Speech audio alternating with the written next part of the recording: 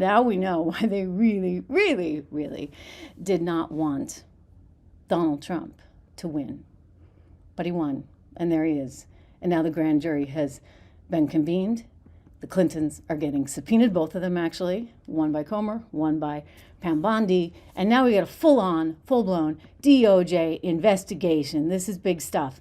Comer, of course, coming out within the last 24 hours mentioning that he is subpoenaing a whole list of characters, right? You got Hillary Clinton in there, you got former President Bill Clinton, you've got Merrick Garland, you've got James Comey, you've got William Barr, you've got Alberto Gonzales, you've got Jeff Sessions, Robert Mueller, who, according to a report out of Paul Sperry at Real Clear Politics, gosh, poor Mueller apparently is in some kind of dementia care, memory care situation, and has been for a bit. You got Loretta Lynch, you've got Eric Holder. I mean, this is going to be good. And by the way, just take a look at those dates, everyone. I mean, this is going to be what we call a jam-packed summer, no vacation for anyone, plus fall. Thank you so much to everybody who's tuning in right now. Thank you for your generosity and for all your comments and your subscriptions.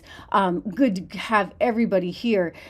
We weren't on just yesterday, you'll recall. Peace of my mind was looking for me, and I'm back. I'm here. Little travel snafu, but back in the seat again. I just want to share with you something that Tulsi Gabbard said to my former colleague Laura. I believe she was on with Laura, yes, over at Fox just last night. So Tulsi is pretty upset because if you consider the way the media has treated this entire story, they've treated it as though it's fiction. They've chosen not to cover it.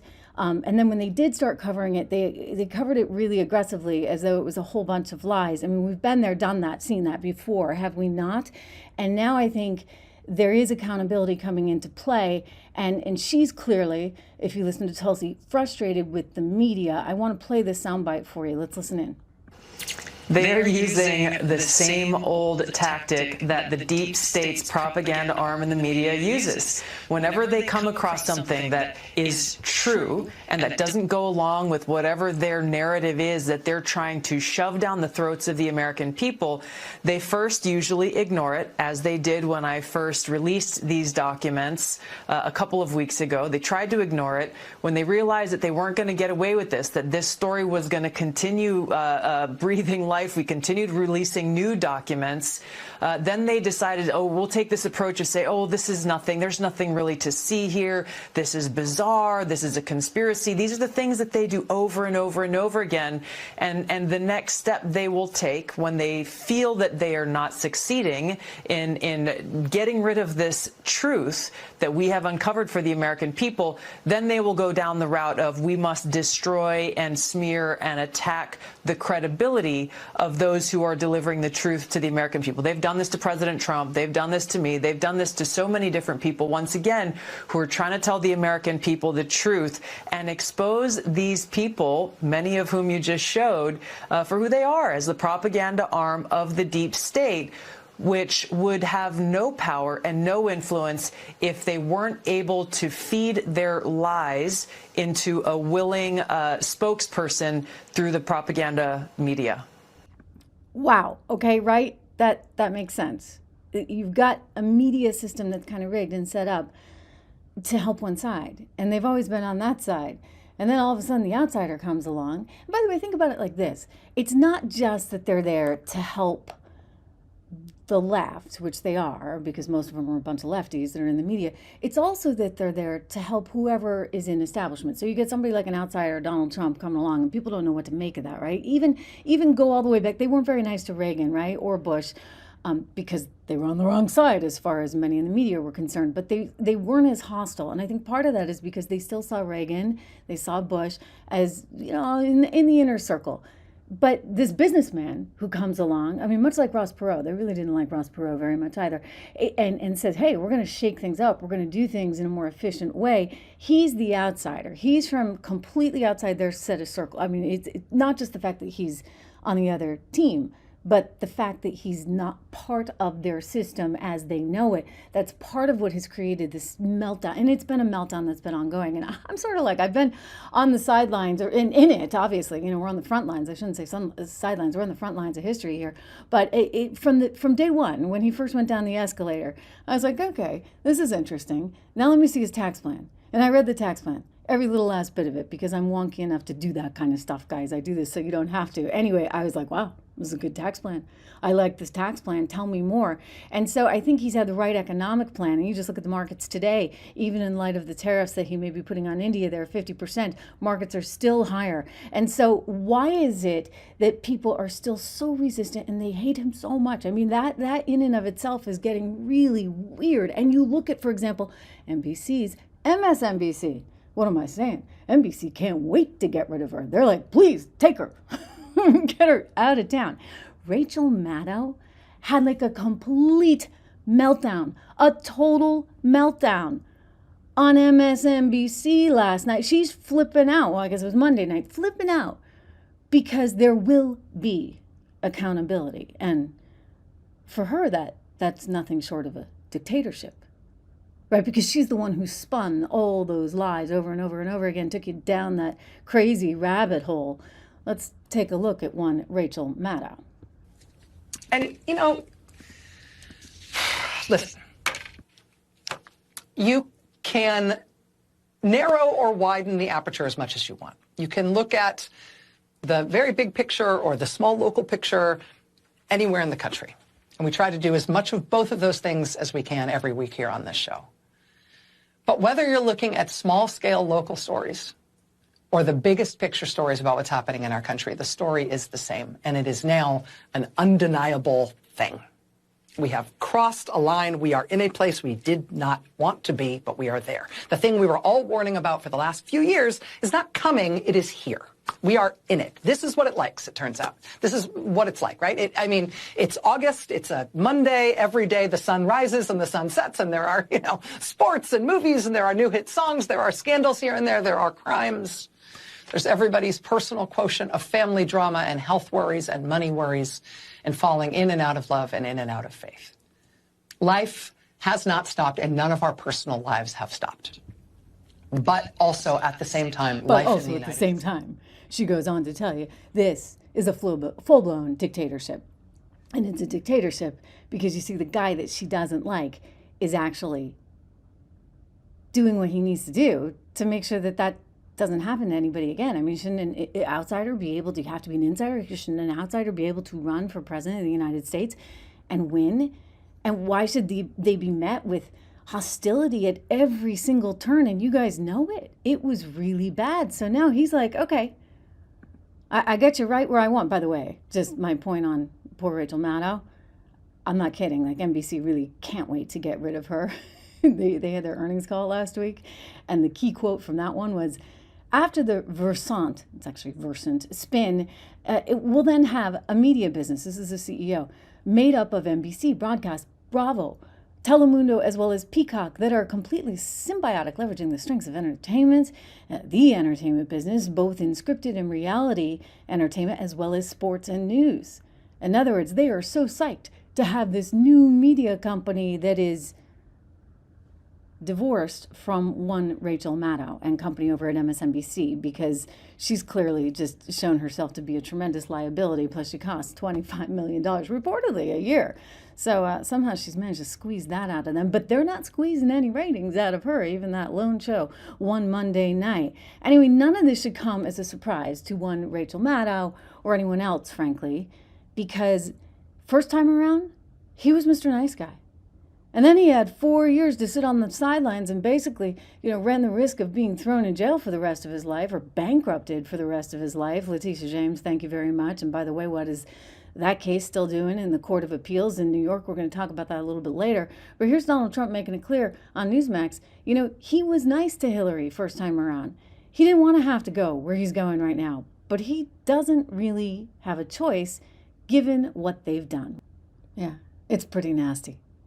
So his point is, in order to stop this, you have to make it very, very clear that it can never happen again. So any of the leniency that he gave Hillary Clinton first time around because he didn't want to be like a banana republic. He's now like, well, wait a second, we're a banana republic. For goodness sake, she was the one, don't forget, who was telling Biden to dig in no matter what. I'll never forget that one. She went on her former press person's podcast and was saying ahead of the election in 2020, dig in, like no matter what. If it's close, you hang on for dear life. So she was willing to go there. I mean, we know they were willing to go there. Just consider that montage I played you earlier in the show that began with, Carter and went on to Hillary. I didn't play the whole thing for you because you're probably sick of it by now, but we know, what the heck.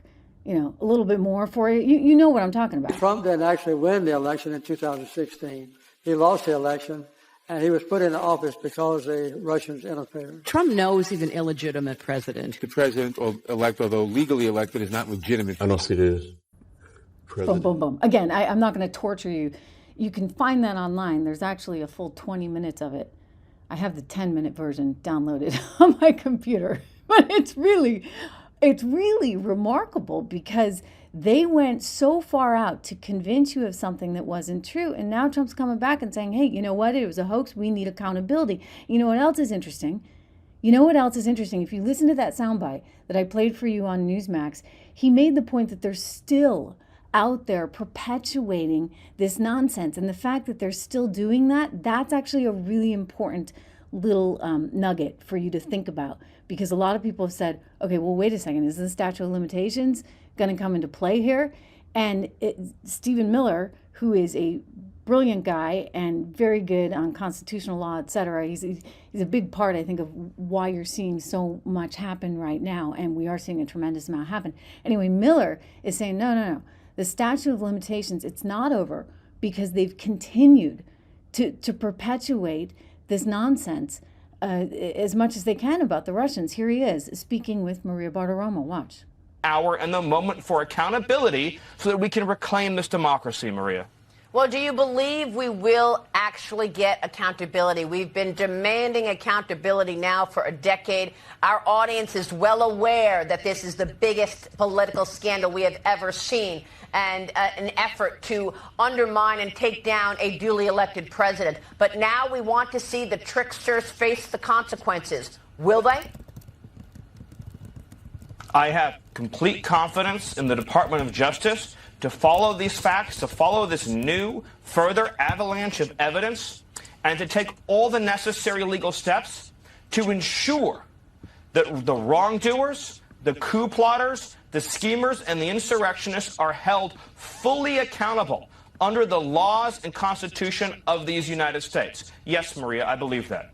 Now, last weekend, John Ratcliffe, CIA director who is a former prosecutor, former DNI, told us that the statute of limitations, the 5-year statute, does not apply when it comes to conspiracy. And he says the conspiracy is ongoing because they still won't admit it.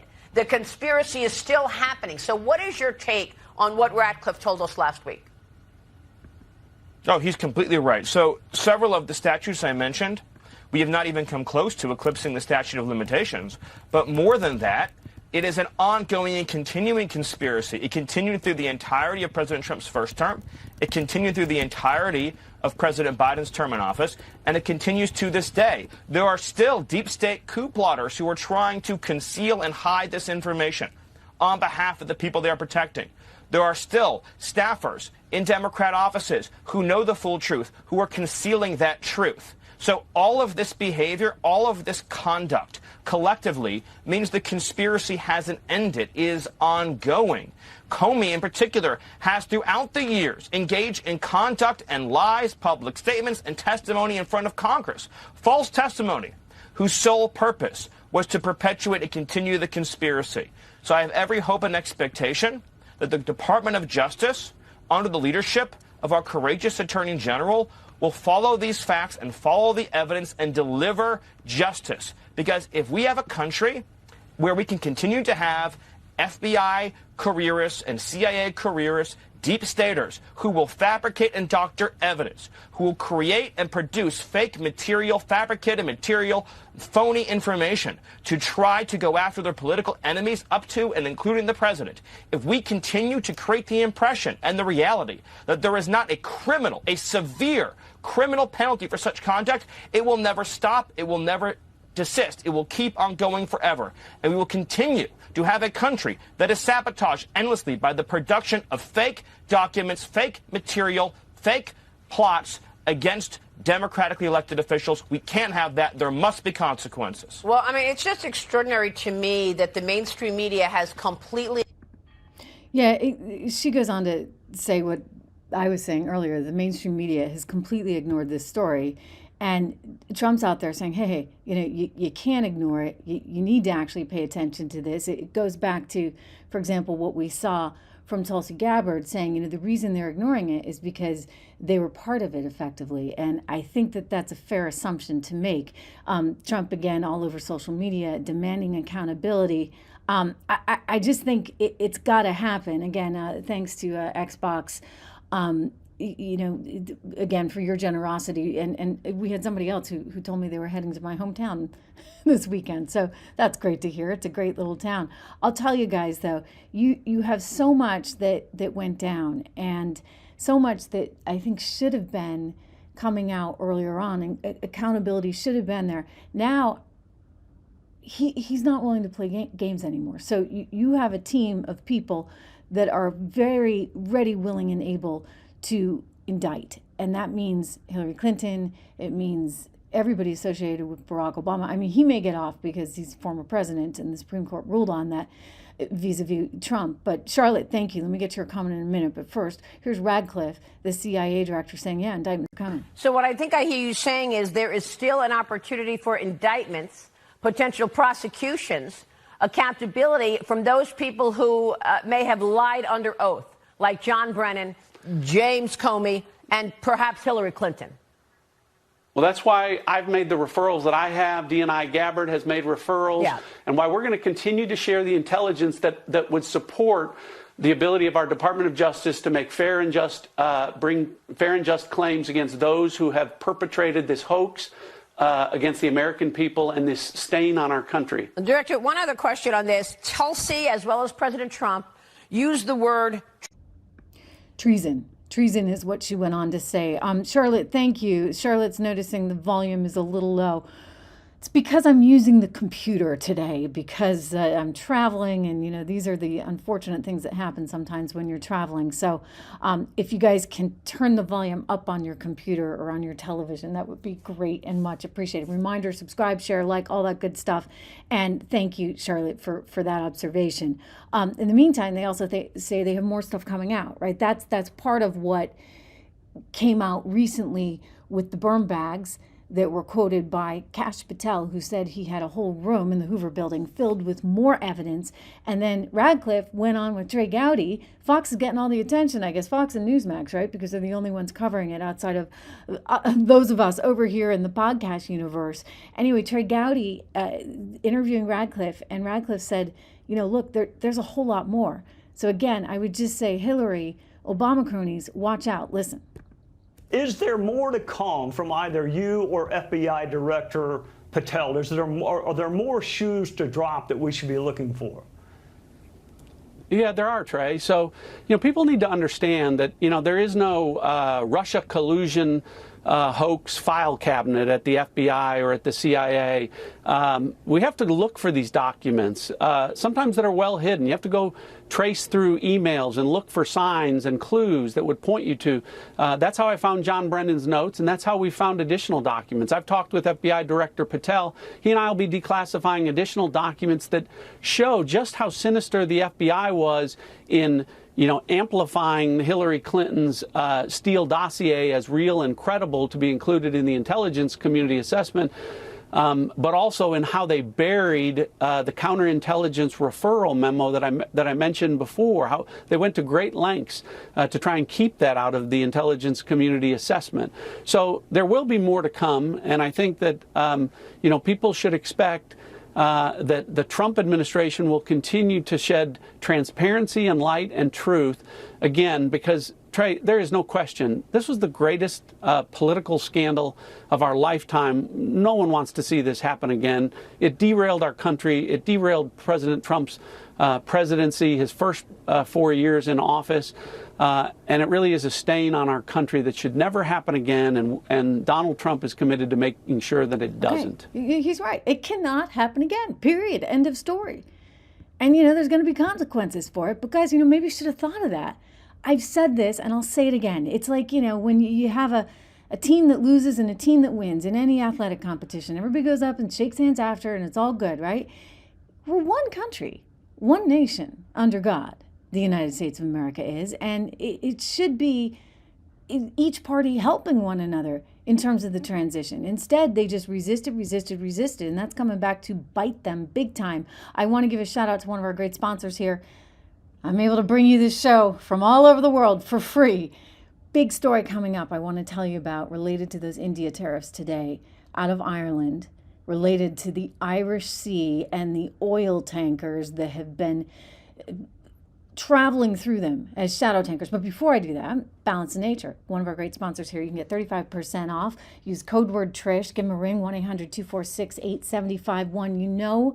It's really important to me what I eat, what my kids eat, what my family eats. And you know what? That doesn't stop when I take my vitamins, because what's in the vitamin counts too. In other words, you don't want any of those fillers, you don't want any of the weird things. And so one of the great things about Balance of Nature is that they have never had any of those weird things in it. It's all good, healthy ingredients. So I encourage you to take a look at these guys, balanceofnature.com. They have thousands of testimonials on their website. They have so many different products. I take the fruits and veggies. That way I make sure I get my fruits and veggies some way or another, right? But you can get 35% off with my code Trish. You're helping the show. You're helping yourself. 1-800-246-8751 today.